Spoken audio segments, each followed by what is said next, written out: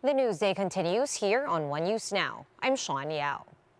One teachers group reveals that some faculty members are shelling out money from their own pockets and even going as far as to take out loans to prepare for the return of face-to-face classes. Shaila Francisco with the report.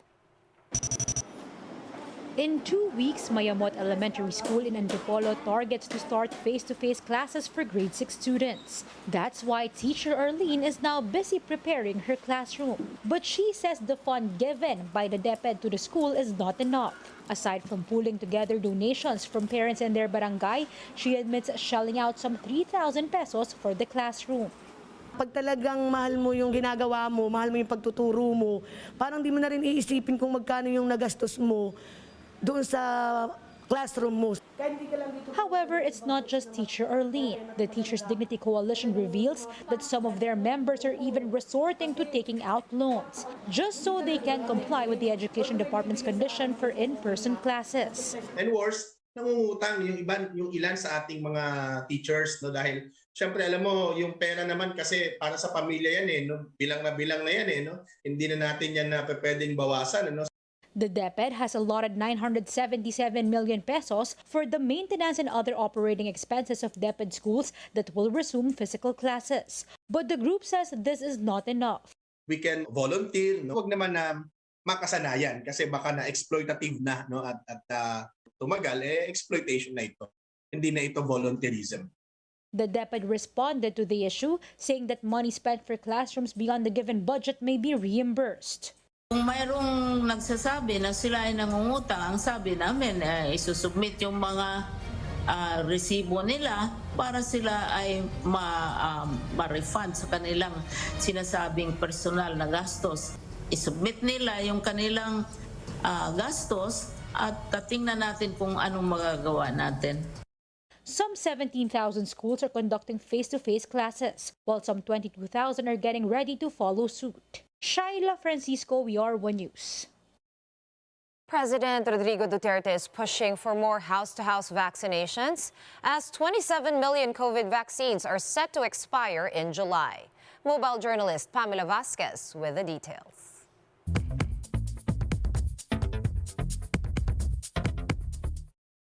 With millions of COVID-19 vaccines nearing expiry, President Duterte is considering ordering house-to-house inoculation drives. Yung hindi pa nabakunahan, marami pa yan. Kailangan lumabas na at mabakuna sila.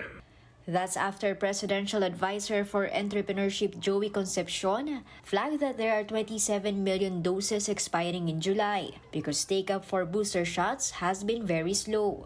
Latest data show 33 million people who are eligible for the third dose have yet to receive it. Health experts say there's a misconception that 2 shots gives enough protection. Definitely, over time, the neutralizing antibodies induced by the vaccines wane, and the booster will really help protect you even longer and even better. The low booster take-up is especially worrisome, considering the many large gatherings leading up to the elections, all of which experts say could turn into super spreader events. So even now, there's talk of changing the definition of fully vaccinated. We have to include the booster shot in the definition of what is a fully vaccinated individual para maging insentibo para sa ating mga kababayan na magpabakuna. The IATF is also set to hold special vaccination days in the Bangsamoro Autonomous Region in Muslim Mindanao, which has the lowest vaccination rate in the country. Health Secretary Francisco Duque says they will also request to extend the shelf life of some vaccine brands. Yung po sinasabi nilang 25 to 27 million na mag-expire by July, ang tawag po natin dyan yung theoretical expiration. Hindi pa po ito expired. The government said it's also donating the soon-to-expire doses to other countries, such as Myanmar and Papua New Guinea. Mobile journalist Pamela Vasquez, we are One News. Presidential Advisor for Entrepreneurship Joey Concepcion says that a move to Alert Level 0 is still too risky. In an interview with the chiefs, Concepcion says the country can shift to a more relaxed alert level once the entire population is fully boosted. He added that an upgrade to Alert Level 3 is even possible in the second half of the year. That is on the back of the new Omicron XE subvariant and the waning effects of the first 2 COVID-19 doses. If our wall of immunity does wane or even breaks, then we will have that surge and we will have our hospitals back again in trouble because they will be full of people. And we've seen that. We have achieved a great success, but then we cannot be complacent. Hopefully, this is why we're calling and we're pushing hard right now to ensure that our people get the boosters. It's not too late yet.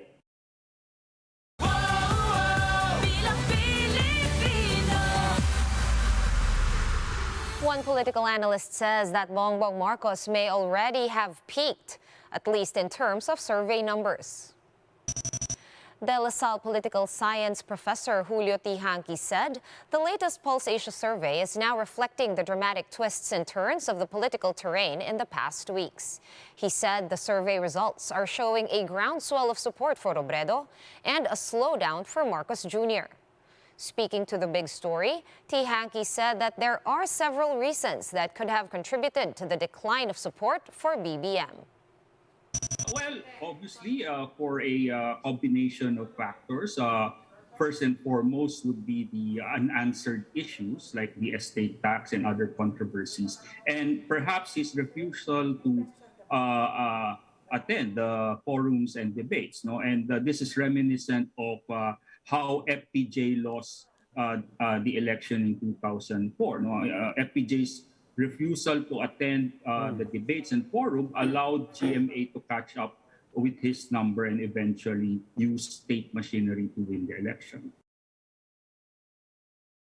And on the flip side, Pulse Asia President Ronald Holmes says that the issue of unpaid estate taxes has no effect in the survey numbers so far. Speaking with the chiefs, Holmes said it might take a while before public sentiment on the estate tax issue reflects on Marcos Jr.'s survey numbers. Nangyari yung sa kalagitnaan ng aming fieldwork. Ibig sabihin, nangangalahati na kami at kung mag-resonate yun ay maaring matatagalan pa. So hindi pa ganun nakatanim sa isipan ng mga mamamayan yun. At medyo mahirap nyo rin maintindihan yun. Pero it may not have resonated yet at the time that we were conducting this.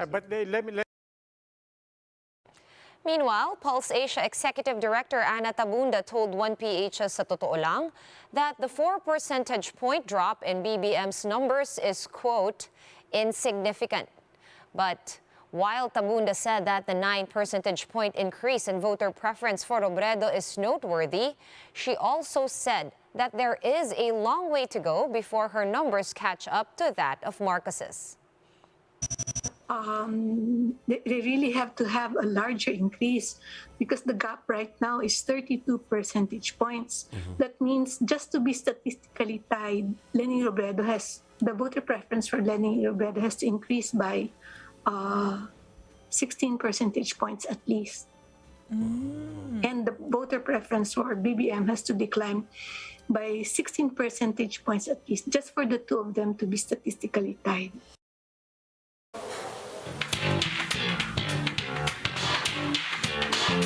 Actress Nadine Lustre confirms that she will be joining a campaign rally of presidential candidate and Vice President Leni Robredo. Speaking to 1PH's sa Totoo Lang, Lustre said that she will be attending Robredo's campaign sortie in Pampanga on April 9.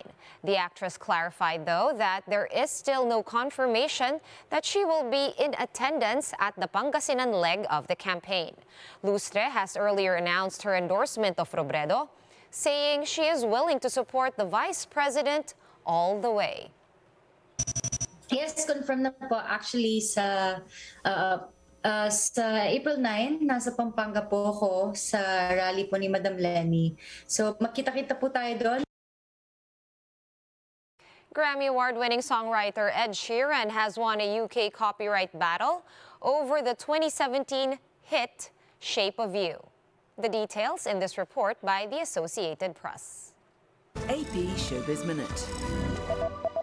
Grammy award-winning songwriter Ed Sheeran has won a UK copyright battle over his 2017 hit Shape of You. The British pop star and his co-writers had denied allegations that the song copied part of a track from 2015, Oh Why by Sammy Chokri. Sheeran and his co-writers said they didn't remember hearing Oh Why before the court case. Singer and teen idol of the early 1960s, Bobby Rydell, has died at age 79.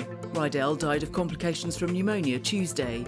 He got his big break aged 17 on American Bandstand, and between 1959 and 1964, he had a string of nearly 3 dozen top 40 hits, including Wild One, Volare and Wildwood Days.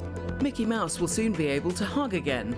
Costumed characters at US Disney parks have kept their distance from visitors for nearly 2 years because of the pandemic. As soon as mid-April, personal interaction between visitors and costumed characters will be allowed again at Disneyland in California, Walt Disney World in Florida, and on Disney Cruises. This is Lizzie Knight with AP Showbiz Minute.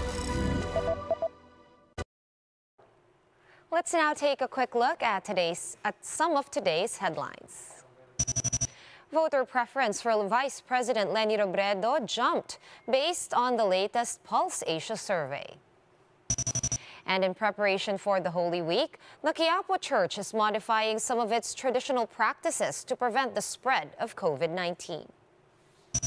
And the Meralco Bolts drew first blood in their best-of-7 final series against defending PBA Governors Cup champions Barangay Ginebra. And those are the top stories of the hour. Join us later at 11 a.m. as we continue to monitor the day's biggest stories. You can also catch One News on Signal Play. Register for a free account at www.signalplay.com and stream One News live anytime, anywhere. I'm Sean Yao. Masks on, wash hands, and stay safe, Philippines. We are One News.